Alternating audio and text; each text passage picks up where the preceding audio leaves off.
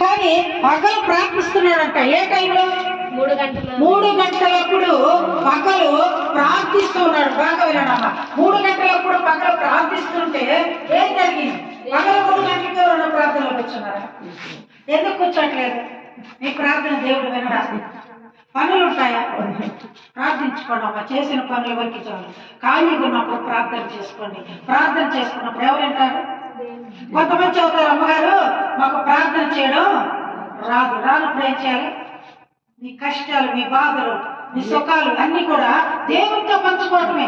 ఇప్పుడు నీకు ఏదైనా జరిగితే పక్కింటికెళ్ళి చెప్తావు కదా, అంతే.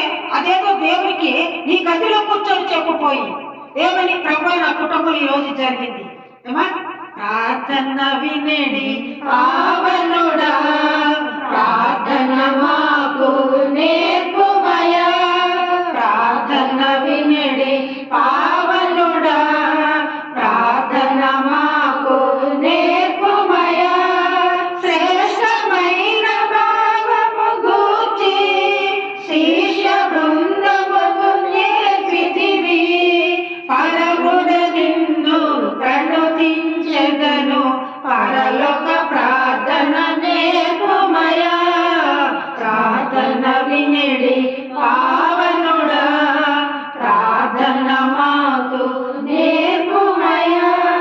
అదే చెయ్యి, ప్రార్థన నేర్పించయ్యా. నాకు తెలియదయ్యా, వినే దేవుడు అయ్యా. కనుక ప్రార్థన చేస్తూ ఈయన కూర్చున్నాడంట 3 గంటల సమయంలో. అయితే ఏం జరిగింది? ప్రార్థన చేస్తుంటే ఎవరు వచ్చారమ్మా? ఎప్పుడు కాపులా ఉందా లేదా ఆయనకి? ఆయన ఎంత భయభక్తులు గల వారి చుట్టూ ఆయన దూత కాపులా ఉందా లేదా? రెడీగా ఉంది. ఎప్పుడు ప్రార్థన చేసుకుంటుందా నా బిడ్డ దగ్గరికి రావాలని రెడీగా ఆయన ఒక దూత పెట్టి ఉన్నాడు.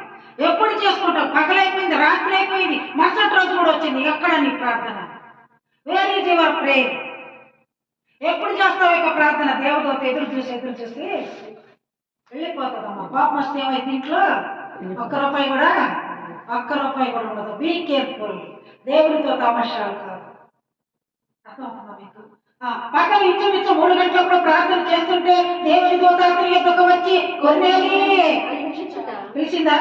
ఒకసారి అందరూ పిలుద్దామా? కొన్నేలి అని.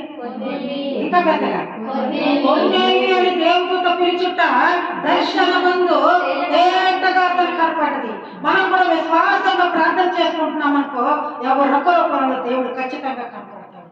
అది మీరు కళ్ళు దృష్టి పెట్టుకొని, మనోదృష్టి పెట్టుకొని, కళ్ళు మూసుకొని నిజంగా ప్రార్థిస్తే కన్నులని చూడలేవా యేసు మహిమను, చెవులని వినలేవా యేసు మాటను, కన్నులని చూడలేవా యేసు మహిమను, చెవులని వినలేవా యేసు మాటను, నలుగుండి పాడలేవా యేసు మాటను, కాడుగుండి నడవలేవా యేసు మాటను, కన్నులని చూడలేవా యేసు మహిమను, చెవులని వినలేవా యేసు మాటలు. ఎప్పుడు వింటావమ్మా? వయసు అంతా అయిపోయింది. ఒక పాస్టర్ గారు చర్చిలో ప్రార్థన జరిపిస్తున్నారు. ప్రార్థన అయిపోయింది. అందరి కాడికి వచ్చి ప్రార్థన చేస్తున్నాడు. ఆయన తల మీద చేయబెట్టి ఒక పెద్ద ఆయన లేచాడు. లేచి చూద్దాం వల్లే అంటున్నాడు పాస్టర్ గారు. పాస్టర్ గారిని చూసి పెద్ద ఆయన అంటున్నాడు. ఏమంటున్నాడు? చూద్దాం అల్లే. చెప్పండి, నా మాట్లాడతాం. చూద్దాం అల్లే. చెప్పండి, అల్లే చూద్దాం వల్లే అంటున్నాడు. పాస్టర్ గారికి అర్థం కాలేదు. ఆయన అడుగుతున్నాడు, ఏందయ్యా నువ్వు చెప్పేది నాకు అర్థం కావట్లేదు పెద్ద ఆయన అంటే. వాళ్ళ మనం లేచాడు. ఎట్లా బొడ్డోడు లేచి, ఓ పాస్టర్ మా తాత నీకు స్తోత్రం వల్లే చెప్తున్నాడు. ఏం చెప్తున్నాడమ్మా? స్తోత్రం వల్లే చెప్తున్నాడు. ఏంద్ర అట్లా చెప్తున్నాడంటే, ఆయనకు వయసులో చెప్పలేదు, ఇప్పుడు చెప్పాలనుకునే పక్షవాతం వచ్చింది, ఈ నరమంతా సరిగ్గా పోయింది, నాలుక బయటకు రావట్లేదు. స్తోత్రం అనాలంటే ఎన్నిసార్లు నాలుగు పని చూడండి ఒకసారి చేయనమ్మా. చెప్పండి, చూడండి స్తోత్రం 2 సార్లు కలవాలా? అది పైకి పట్టాలి నాలుక. ఇప్పుడు ఏం చేద్దాం? చూద్దాంలే అలెవి ఎన్నిసార్లు కలవాలి పైకి? ఇప్పుడు నాలుక పని చేద్దాం.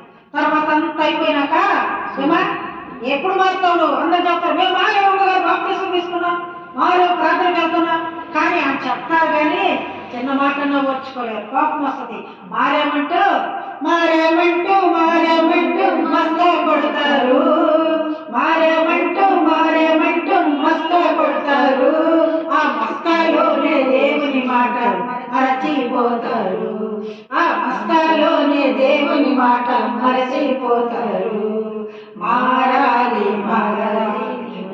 మారాలి.